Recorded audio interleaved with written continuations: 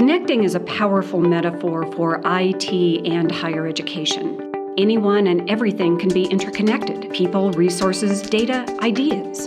Linked and tagged, tweeted and texted, followed and friended. As we become more connected, can higher education be better than we could have previously imagined?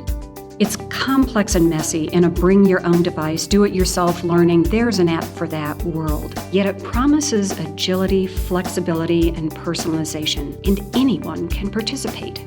Our connections create relationships. Our relationships create communities of faculty, of researchers, of learners, of institutions. Higher education is a connected community, and connections can do transformative things.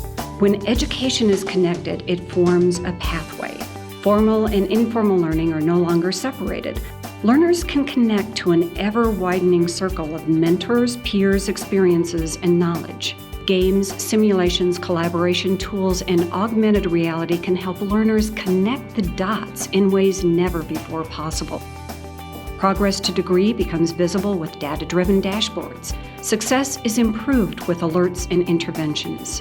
Gatekeeping need no longer apply in the connected age. It's about the choices, possibilities, and pathways in front of us. New business models are possible in the connected age. Open education resources and peer learning change the cost equation. Competency-based models and prior learning assessments allow learners to get credit for what they already know and pay only for the education they need. With MOOCs, the course is free, but the credit is not. Courses, credits, and services can be bundled or unbundled. The models can be inside out, outside in, peer-to-peer, free, or freemium.